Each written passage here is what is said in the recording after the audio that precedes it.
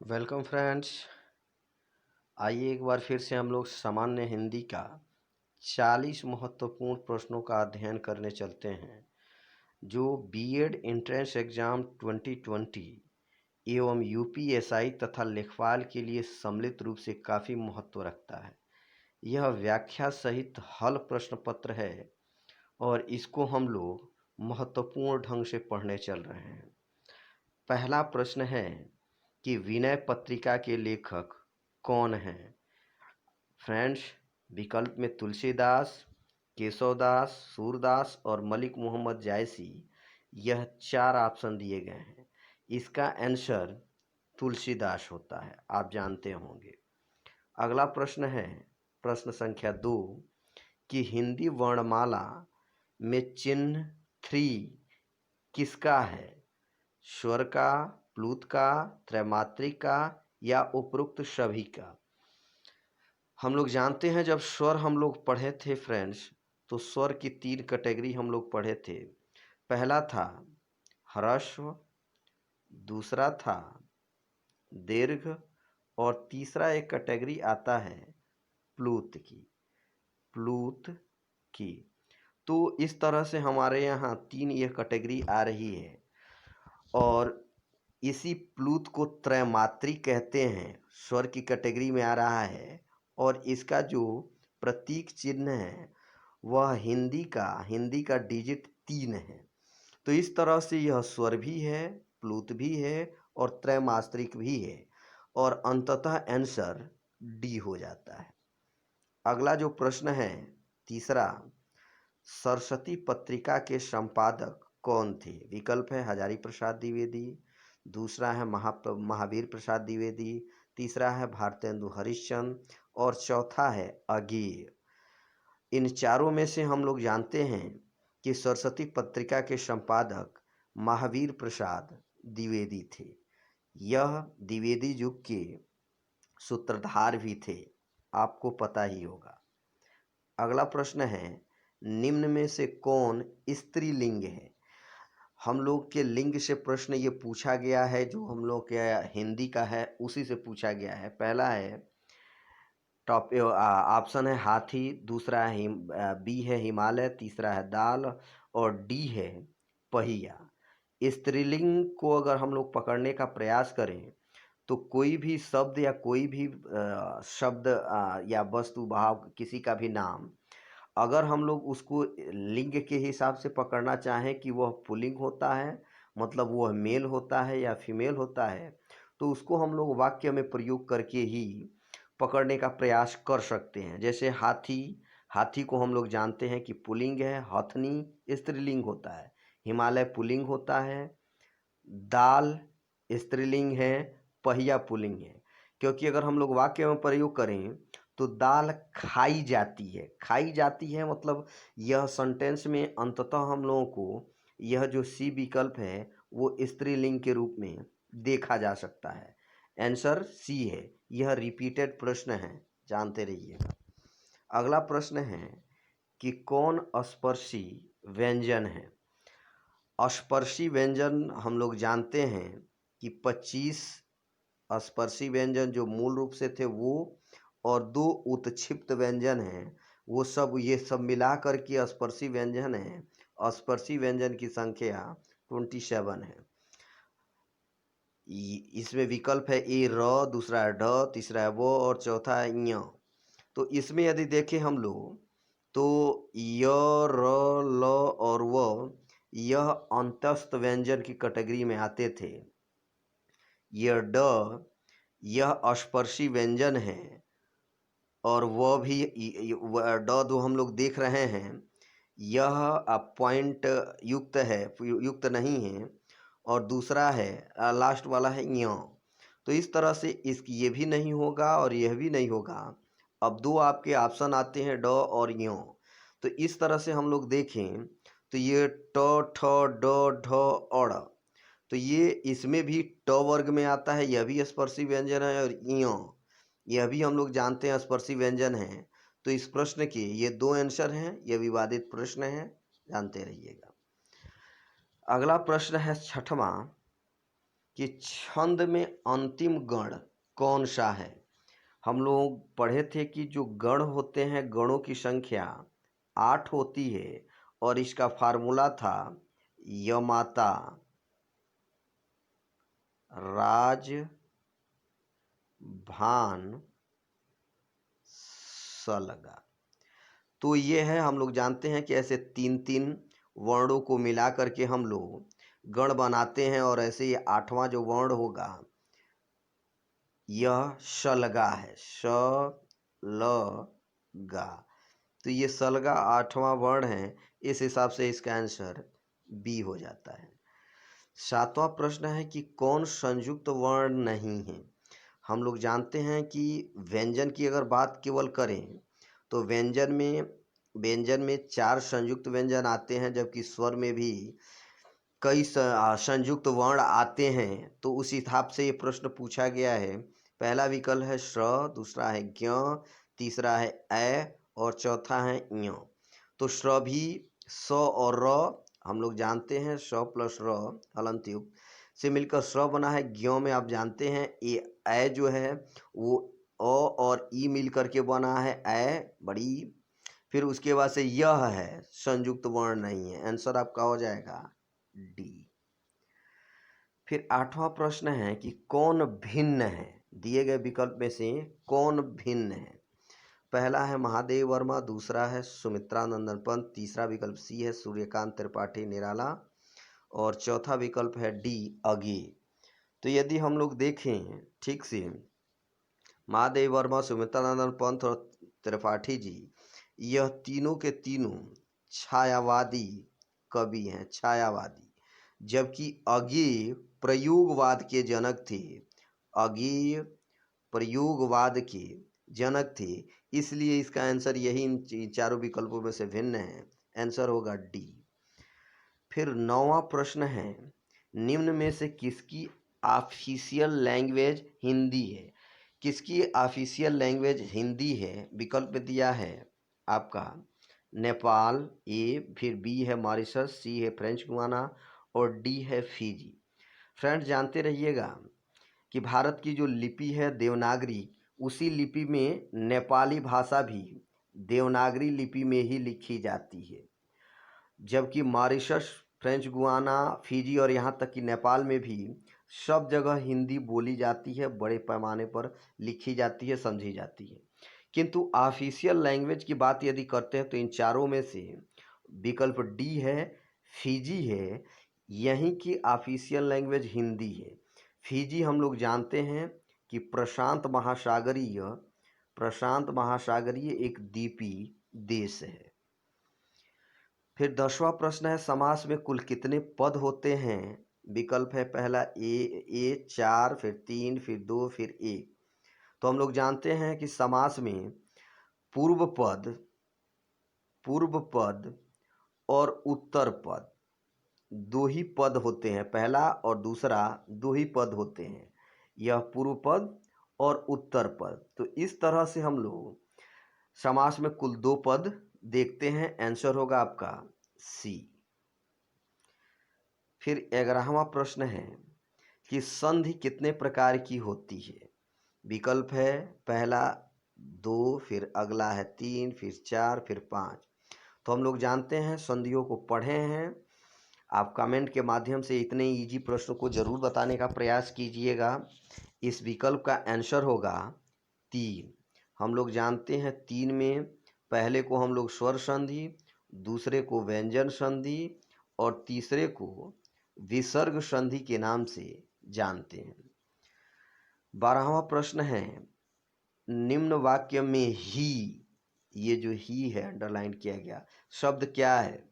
वाक्य है देखिए, श्याम ने ही बांसुरी बजाई है। अब ये अंडरलाइन शब्द इसमें ही है, इसी के बारे में पूछा जा रहा है। तो शब्द पद निपात उपरोक्त में से कोई नहीं, ये 4 आपके ऑप्शन में है। तो इसका आंसर होगा फ्रेंड्स सी निपात। निपात वे शब्द होते हैं, शब्दों की कैटेगरी में होते हैं जो किसी वाक्य में आ करके कर्ता के ऊपर एक तरह का प्रभाव या प्रेशर डालते हैं कि कर्ता ने ही निश्चित रूप से या श्योरिटी लाते हैं, उसे हम लोग निपात कहते हैं। हालांकि एक दृष्टि में ये शब्द भी हैं और शब्दों को ही हम लोग पद कहते हैं। जब किसी वाक्य में पद शब्द फिट हो जाते हैं तो उसको पद भी कहते हैं। लेकिन यहाँ पे ऑप्शन ऑप्शन के अनुसार आंसर सी होगा और यही सटीक आंसर भी है। फिर 13वां प्रश्न है, निम्न में से योग ऋण शब्द कौन सा है? पंकज, देवालय, घोड़ा और रस। फ्रेंड्स, योग ऋण जो शब्द होते हैं, इस योग ऋण शब्द की एक विशेषता होती है कि यदि इनको विभाजित किया जाए तो ये सार्थक शब्द देते हैं और साथ ही साथ यह किसी एक ही वस्तु या विशेष घटना या विशेष भाव के लिए फिक्स हो जाते हैं, जबकि उसका सामान्य अर्थ बहुत होता है, कई चीज़ों में दिखाई दे सकता है। हम लोग देखें, अगर इसको विभाजित करने की बात करें सारे शब्दों में, तो ये भी और ये भी, तीनों के तीनों रूढ़ शब्द हैं। ये भी ये सॉरी यह दोनों रूढ़ शब्द हैं, सी और डी, क्योंकि इनको अगर विभाजित करें तो कोई सार्थक अर्थ नहीं देगा। जबकि इन दोनों को यदि हम लोग विभाजित करें तो सार्थक अर्थ देने वाले दो शब्द आ जाएंगे। जैसे देव धन आलय, देवों का घर, पंख अज, जो पंख में रहता हो या निवास करता हो या जीता हो, जीवन में अपना लाइफ स्टाइल जीता हो, उसी को हम लोग पंकज कहते हैं। और पंकज का मतलब पंख में या दलदल क्षेत्र में जो, या पानी वाले क्षेत्र में, जलीय क्षेत्र में जो जीवन यापन करे। इसमें विभिन्न तरह के आपके कीड़े मकोड़े, आपके सरीसृप या फिर विभिन्न तरह के पशु पक्षी आ सकते हैं। किंतु हम लोग जानते हैं कि पंकज का मतलब सीधे सीधे कमल होता है और यह शब्द सीधे इसी के लिए फिक्स हो गया है। इसलिए ये यौगिक शब्द है, मतलब विभाजित करने के बाद से ये दो सार्थक या दो से अधिक सार्थक अर्थ देने वाले शब्द आएंगे। किंतु इसको संयुक्त रूप से अगर रखा जाए तो ये किसी विशेष शब्द के लिए ही फिक्स हो गया है, जबकि इसका अर्थ के रूप में देखा जाए तो बहुत सी चीज़ें होते हैं। पंकज का मतलब हो गया कि पानी में रहने वाले लोग या दलदल में रहने वाले विभिन्न तरह के जीव जंतु, कीड़े मकोड़े, वनस्पतियाँ। जबकि पंकज का हम लोग यहाँ पे सीधे सीधे प्रयोग कर लेते हैं कमल के लिए। अगला प्रश्न है 14वां, मरकट किसका पर्यायवाची शब्द है? अति महत्वपूर्ण प्रश्न है क्योंकि कई बार ये पूछा गया है फ्रेंड्स। विकल्प में है ए राक्षस, बी कमजोर, सी कंजूस और डी बंदर।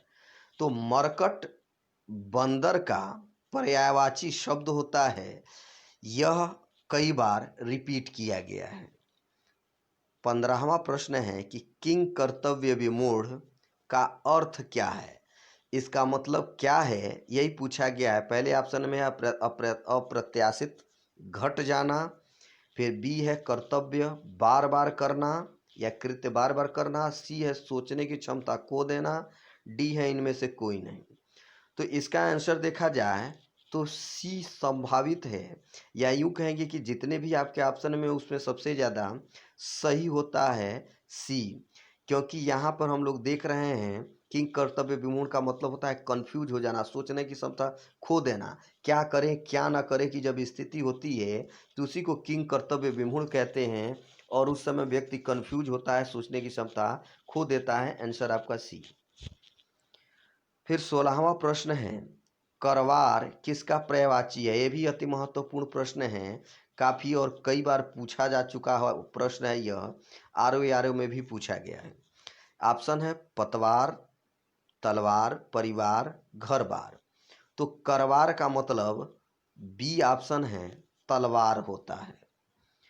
फिर 17वां प्रश्न है कि जिसके सर पर चंद्रमा हो उसे क्या कहा जाता है? यह वन वर्ड सब्स्टिट्यूशन से है, अनेक शब्द के लिए एक शब्द से। जिसके सर पर चंद्रमा हो, ऑप्शन है चंद्रधारी, चंद्रधरता, चंद्रशेखर, चंद्रप्रिय। तो इसका आंसर आप जानते होंगे, न जानते हैं तो जान लीजिए, इसका आंसर सी होगा चंद्रशेखर। फिर 18वां प्रश्न है, हिंदी का विकास हुआ है, किससे हुआ है? ये है अपभ्रंश, बोली, पूर्वी हिंदी और अवहट। अपभ्रंश से भी हुआ है, बोली से भी हुआ है, पूर्वी हिंदी से तो बिल्कुल नहीं हुआ। हम लोग देखते हैं अपभ्रंश के बाद का हिस्सा जो आता है वो अवहट होता है। और अगर हम लोग देखें तो क्रम है तो वो है बोली, फिर उसके बाद से यही अपभ्रंश की स्थिति जो आती है और यहीं से अवहट, ये सब कंडीशन आता है। तो आंसर आपका डी है। 19वां है, मैला आंचल के लेखक कौन है? विकल्प है शमशेर बहादुर सिंह, रामधारी सिंह दिनकर, अयोध्या सिंह उपाध्याय, हरिऔध। अयोध्या सिंह उपाध्याय का यह सरनेम था, या सॉरी यह उनकी उपाधि थी, इस नाम से वो साहित्यिक रचनाएं करते हैं। डी है फणीश्वरनाथ रेणु। मैला आंचल के लेखक फणीश्वरनाथ रेणु हैं और जानते रहिएगा कि यह बिहार प्रांत की मूल निवासी थे। अगला है 20वां प्रश्न, आचार्य रामचंद्र शुक्ल अति महत्वपूर्ण पर्सनालिटी हिंदी लिटरेचर के हैं। हिंदी के किस विधा के लिए प्रसिद्ध है? मतलब आचार्य रामचंद्र शुक्ल किस फील्ड में ज़्यादा लोकप्रिय रहे हैं हिंदी में? ऑप्शन है नाटक, कहानी, एकांकी और आलोचना। तो जानते रहिएगा आचार्य रामचंद्र शुक्ल आलोचना विधा के महत्वपूर्ण व्यक्ति माने जाते हैं। इनकी एक पुस्तक है प्रबंध चिंता मणि, जो कई बार प्रश्न में पूछा गया है। 21वां प्रश्न है, दशानन में कौन सा समास है? ये समास है प्रश्न है, भी कई बार पूछा गया है, पूछा जाता है। हम लोग जानते हैं जो अंक वाले शब्द होते हैं, यानी जो जो जिस शब्द के पहले अंक होता है उस वैसे शब्द को हम लोग द्विगु समास कहते हैं। द्वंद्व उसे कहते हैं जो बीच में योजक चिन्ह होता है और दो पद आपस में एक दूसरे के विलोमतः शब्द रखते हों। कर्मधारय तत्पुरुष, तो इस कर्मधारय और तत्पुरुष, इसके हिसाब से यदि हम लोग देखें तो आंसर आपका बी होगा, क्योंकि 10 आनन की बात की जाए, 10 आनन मतलब होता है सर, ये रावण को हम लोग कहते हैं, ये द्विगु होगा। किंतु यदि ऑप्शन में इन दोनों के अलावा अगर बहुव्रीहि रहे तो बहुव्रीहि में आंसर इसका हो जाएगा, क्योंकि बहुव्रीहि के अंतर्गत ये आता है। क्या है कंडीशन? हम लोग हिंदी के क्लास में पढ़ेंगे समास की स्थिति को। फिर 22वां प्रश्न है, रसराज की उपाधि किस रस की है? वीर रस, श्रृंगार रस, शांत रस और हास्य रस। इसमें यदि देखें तो इसका आंसर बी होता है श्रृंगार रस। 23वां है, देवासुर में कौन सा समास है? देवासुर, हम लोग जानते हैं देव और असुर की बात होती है, और ये देव और असुर जो हैं एक दूसरे के अपोजिट हैं। यदि अलग करें तो योजक चिन्ह जैसी स्थिति भी दिखाई दे सकती है। तो इस तरह से यह आंसर सी हो जाएगा, द्वंद्व समास। फिर 24वां प्रश्न है, ईमानदारी में कौन सा प्रत्यय है? हम लोग जानते हैं कोई भी यदि शब्द रहता है तो शब्द के बाद में जो लगता है उसे प्रत्यय कहते हैं, और जो पूर्व में लगता है या पहले लगता है उसे हम लोग उपसर्ग कहते हैं। तो ईमानदारी में कौन सा प्रत्यय है, यानी बाद में कौन है, ये तो पहला ही गलत हो जाएगा ईमान, क्योंकि ये शुरू के शब्द के शुरू वाले हिस्से में है। री है, आरी है, दारी है, तो इसका आंसर दारी हो जाएगा, क्योंकि कई शब्दों में भी इसका प्रयोग हो सकता है, ईमानदारी, खरीददारी या फिर अन्य शब्द आप खुद देख सकते हैं। 25वां प्रश्न है, यामा, अति महत्वपूर्ण प्रश्न यह भी है, किसकी रचना है? जयशंकर प्रसाद, महादेवी वर्मा, सुभद्रा कुमारी चौहान और प्रेमचंद। तो यह रचना जो है महादेवी वर्मा की है। मुंशी प्रेमचंद प्रसिद्ध उपन्यासकार थे। जयशंकर प्रसाद नाटककार हैं। सुभद्रा कुमारी चौधरी झारानी लक्ष्मीबाई पर, झांसी की रानी पर इन्होंने बहुत अच्छी कविता लिखी, आप जानते होंगे। 26वां प्रश्न है, हिंदी साहित्य का सर्वोच्च पुरस्कार कौन सा है? ज्ञानपीठ, ज्ञान भारती, सरस्वती और मूर्ति देवी। फ्रेंड्स, आप इसको आप लगा सकते हैं, जानते रहिएगा ये चारों हिंदी साहित्य के क्षेत्र में दिया जाने वाला महत्वपूर्ण पुरस्कार है। लेकिन साहित्य के क्षेत्र में सबसे ज़्यादा पुरस्कार, सबसे उच्च पुरस्कार ज्ञान भारती माना जाता है, जो हिंदी को दिया गया। हिंदी ज्ञानपीठ पुरस्कार जो सबसे पहले दिया गया वो 1965 में दिया गया था। 27वां प्रश्न है, प्रथम विश्व हिंदी सम्मेलन कहाँ मनाया गया? ऑप्शन है नई दिल्ली, नागपुर, मॉरिशस, कोलंबो। हम लोगों ने हिंदी के वीडियो में पढ़ा था, हिंदी के क्लास में देखा था कि प्रथम विश्व हिंदी सम्मेलन सन 1975 में नागपुर में किया गया, जिस समय हमारे यहाँ की प्रधानमंत्री इंदिरा गांधी थी। और इसी के याद में चूंकि 10 जनवरी 1975 को मनाया गया था, तो आज भी 10 जनवरी को विश्व हिंदी दिवस के रूप में हम मनाते हैं। फिर 28वां प्रश्न है, सबसे प्राचीन लिपि कौन सी है? शारदा, खरोष्ठी, ब्राह्मी और देवनागरी। इसको भी हम लोगों ने पढ़ा है कि भारत की जितनी भी लिपियों का विकास हुआ है, इन समस्त लिपियों का विकास ब्राह्मी लिपि से ही हुआ है। इस तरह से इसका आंसर सी हो जाएगा। 29वां प्रश्न है कि वह घर से बाहर आया, वह घर से बाहर आया, इसमें कौन सा कारक है? तो ऑप्शन है अपादान, संप्रदान, अधिकरण, करण। तो बाहर आने का मतलब होता है अलग होने की कंडीशन में है। तो इसमें यह से शब्द है, क्योंकि करण में भी से आता है, कर्ता ने कर्म को करण से, लेकिन यह करण से मतलब द्वारा किसी काम के लिए किसी का सहयोग लिया जाता है तब से आता है। जबकि यहाँ पे अपादान में होता है एक चीज़ से दूसरा चीज़ जब अलग हो रहा है तब अपादान आता है। यहाँ पे घर से कोई व्यक्ति बाहर आ रहा है, इसका मतलब घर को छोड़ रहा है, तो यहाँ पे आंसर अपादान ही होगा।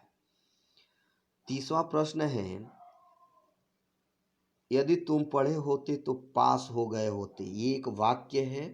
फिर पूछा गया है वाक्य में कौन सा काल है। ये काल से प्रश्न है। ऑप्शन है निश्चित भूतकाल, अनिश्चित भूतकाल, हेतु हेतु मत भूतकाल और आसन्न भूतकाल। तो फ्रेंड्स, इसका आंसर विकल्प सी है। हेतु हेतु शब्द जहाँ पर भी आए, हेतु हेतु शब्द, तो उसमें कंडीशनल चीज़ें दी गई होती है कि एक काम होता तो दूसरा हो जाता, तीसरा होता तो चौथा हो जाता। तो जहाँ पे कंडीशनल आपके सेंटेंस हो, चाहे किसी भी काल के हो, भूतकाल, भविष्यकाल या वर्तमान काल, तो उसमें हेतु हेतु मद भूतकाल होगा या हेतु हेतु मद भविष्यकाल या फिर वर्तमान काल। इसको हमेशा याद रखिएगा। 31वां प्रश्न है, कक्षा में कुल 4 बच्चे हैं, वाक्य में कौन सा विशेषण है? निश्चित संख्यावाची, अनिश्चित संख्यावाची, निश्चित परिमाणवाची, आवृत्तिवाची विशेषण। तो चूंकि यह संख्यावाची है, क्योंकि यह संख्या गिनने की बात हो रहा है, 4 यहाँ पे बताया जा रहा है, और चूंकि यह निश्चित है इसलिए आंसर ए हो जाएगा। 32वां है, लिंग कितने प्रकार के होते हैं? हम लोग जानते हैं कि हिंदी में लिंग 2 ही होते हैं, एक पुल्लिंग होता है और दूसरा स्त्रीलिंग होता है। तो इसका आंसर सी होगा। फिर 33वां है, उग्र किनका उपनाम है? हिंदी साहित्य में किस साहित्यकार का उपनाम उग्र है? अगे, रामेश्वर लाल, नरेश मेहता जी, बेचन शर्मा जी। तो इसका आंसर आप जानते भी होंगे कि यह पांडे बेचन शर्मा जी थे, इन्हीं का उपनाम उग्र है। आंसर आपका डी है। 34वां है, प्रेमचंद्र का अधूरा उपन्यास है। कौन सा अधूरा उपन्यास है? रंगभूमि, सेवा सदन, मंगलसूत्र, गोदान। तो इसका आंसर होगा फ्रेंड्स गोदान। 35वां है, कबीर किसकी समकालीन थी? अकबर, सिकंदर लोदी, अलाउद्दीन खिलजी, शेरशाह सूरी। तो आप पढ़े ही होंगे, जानते होंगे कि वह सिकंदर लोदी की समकालीन थी। 36वां प्रश्न है, चरर मरर खुल गए अरर में कौन सा अलंकार है? चूंकि यहाँ पे र की आवृत्ति कई बार दिखाई गई है, तो हम लोग पढ़े हैं कि वर्णों की बार बार आवृत्ति आए, एक ही वर्ण की बार बार आवृत्ति आए, तो वहाँ पर अनुप्रास होता है। तो आंसर इसका डी होगा। 37वां है, बिहारी ने क्या लिखा है? चौपाई, दोहा, सोरठा, सवैया। तो इसका आंसर हो जाएगा दोहा। अगला प्रश्न है, हिंदी का आदि कवि किसे कहा जाता है? शंभू, अब्दुल रहमान, पुष्यदत्त, भूषण। तो इसका आंसर हो जाएगा ए। फिर 39वां प्रश्न है, नमक का दरोगा किसकी कहानी है? ये तो अति महत्वपूर्ण प्रश्न है, जानते होंगे, प्रेमचंद्र का। फिर 40वां प्रश्न है, कौन सी फिल्म देखी जा रही है में कौन सा वाच्य है? हम लोग जानते हैं वाच्य वाक्य में क्रिया की स्थिति को दिखाता है, कर्ता की स्थिति को दिखाता है या कर्म की स्थिति को दिखाता है। यहाँ पे कर्म किया जा रहा है, कर्म पर बल दिया जा रहा है, इसलिए इसका जो आंसर होगा वह कर्मवाच्य होगा, विकल्प ए। फ्रेंड्स, इस तरह से ये 40 प्रश्नों की ये श्रृंखला पूरी होती है। यदि आपको अच्छा लगा हो तो सब्सक्राइब और शेयर जरूर कीजिएगा, ताकि आपको अपडेट मिल सके और इसका लाभ दूसरे को भी मिल सके। और अंत में थैंक्स फॉर ज्वाइनिंग अस।